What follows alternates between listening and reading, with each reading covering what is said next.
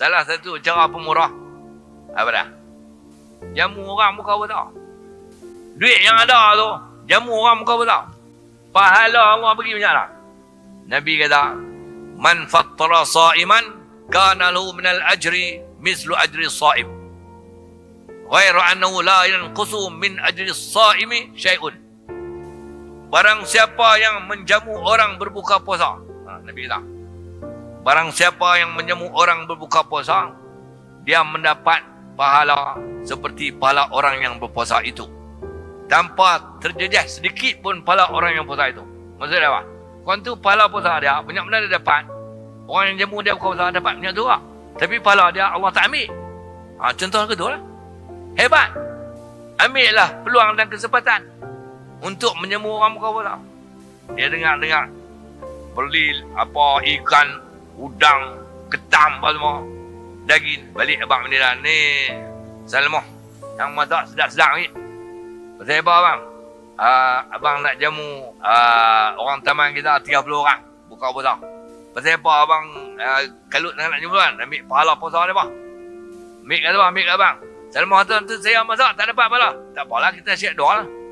Semangat tu. Bini dia pun masak lah. Masak. Lepas tu dia panggil orang, panggil lah bukan payah, panggil ikut masak lah.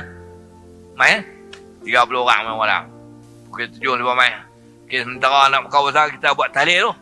Buat tahlil lah. Habis tahlil 3 minit lagi, lepas tu buka puasa.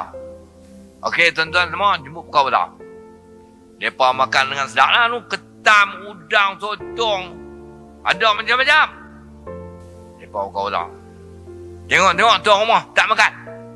Depa tanya dia, hang tak buka puasa ke? Dia kata, aku tak puasa. Pasal apa hang tak puasa? Dia kata, walaupun aku tak puasa, tapi pahala hampa semua boleh kat aku. Tentu agak dapat lah pahala. Agak dapat lah pahala.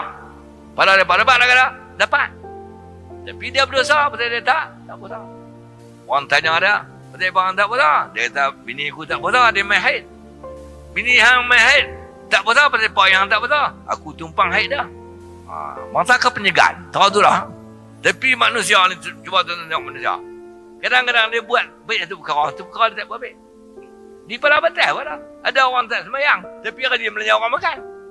Ada orang semayang, tapi dia makan orang melanja. Orang ni macam tu. Panggil manusia untuk apa? Jadi tuan-tuan, bila jamu orang kau besar, pahala banyak.